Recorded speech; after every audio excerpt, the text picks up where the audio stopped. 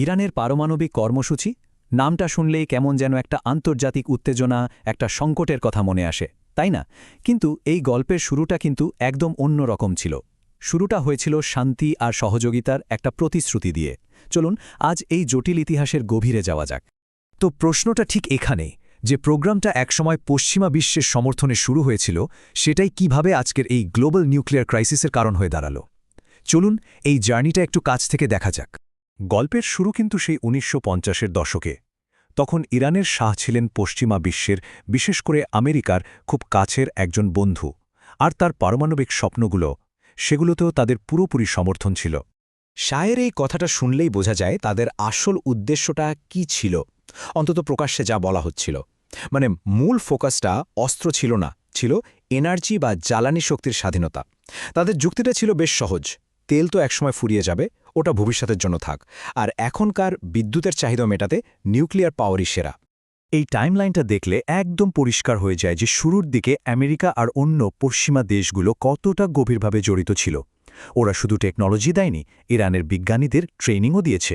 কিন্তু ১৯৭৯ সালে যখন ইসলামী বিপ্লব হলো, তখন পুরো দৃশ্যপটটায় ১৮০ ডিগ্রি ঘুরে গেল। সব সহযোগিতা বন্ধ। আচ্ছা, এবার আসা যাক গল্পের সেই মোড় ঘোরানো অংশে। সেই মোমেন্টে যখন সারা দুনিয়া প্রথম জানতে পারল যে ইরানের পারমাণবিক কর্মসূচির একটা গোপন অধ্যায়ও আছে।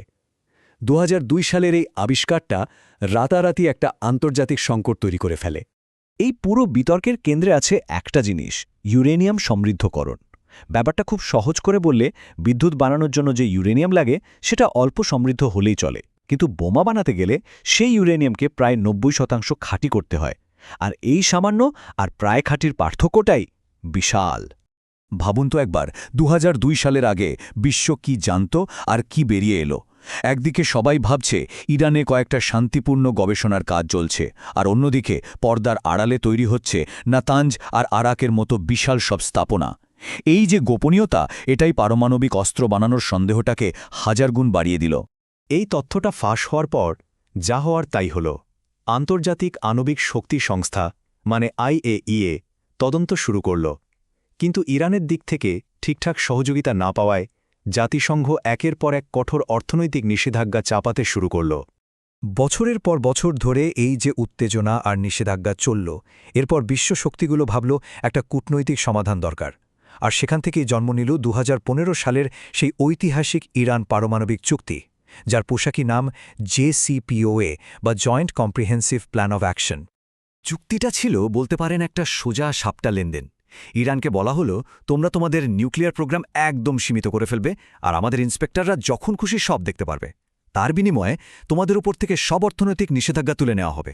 এটা কিন্তু ১ দশকের বেশি সময় ধরে চলা একটা সংকটের একটা অসাধারণ সমাধান ছিল। কিন্তু এত বড় একটা কূটনৈতিক সাফল্য খুব বেশি দিন টিকল না। মাত্র কয়েক বছরের মধ্যেই চুক্তিটা ভেঙে পড়ল, আর পরিস্থিতি আগের চেয়েও অনেক বেশি বিপজ্জনক হয়ে উঠল। দেখুন কিভাবে সবটা হলো। ২০১৮ সালের মে মাসে আমেরিকা হঠাৎ করে একতরফাভাবে চুক্তি থেকে বেরিয়ে গেল আর আবার নিষেধাজ্ঞা চাপিয়ে দিল। এর জবাবে ২০১৯ সাল থেকে ইরানও ধীরে ধীরে চুক্তির নিয়মগুলো একটা একটা করে ভাঙতে শুরু করল। ফল যা হওয়ার তাই হল। চুক্তির আওতায় ইরানকে এই ৩.৬৭% একটা লক্ষ্যরেখা টেনে দেওয়া হয়েছিল। এটা মাথায় রাখা খুব জরুরি যে এই মাত্রার ইউরেনিয়াম দিয়ে শুধু বিদ্যুৎই উৎপাদন করা যায়, কোনোভাবেই পারমাণবিক অস্ত্র বানানো সম্ভব না। কিন্তু চুক্তি থেকে আমেরিকা বেরিয়ে যাওয়ার পর ইরান তাদের সমৃদ্ধকরণের মাত্রা বাড়িয়ে সোজা ২০% নিয়ে গেল। টেকনিক্যালি এটা অস্ত্র বানানোর পথে একটা বিশাল লাফ, আর এটাই সবার কপালে চিন্তার ভাঁজ ফেলে দিয়েছিল। আর তারপর তারা পৌঁছল ৬০%। এটা কিন্তু ভয়ঙ্কর একটা ব্যাপার, কারণ ৬০% থেকে ৯০% যাওয়া মানে অস্ত্র বানানোর জন্য যে খাঁটি ইউরেনিয়াম লাগে সেই পর্যায়ে পৌঁছানোটা আর তেমন কোনো কঠিন কাজ নয়।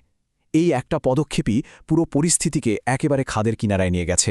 এখন চলুন আমরা একটা কাল্পনিক কিন্তু খুবই সম্ভাব্য একটা পরিস্থিতির কথা ভাবি। ধরুন ২০২৫ সালে ইরানের পারমাণবিক স্থাপনাগুলোতে সামরিক হামলা হলো। এর পরের বছর মানে ২০২৬ সালে পরিস্থিতিটা ঠিক কেমন দাঁড়াতে পারে?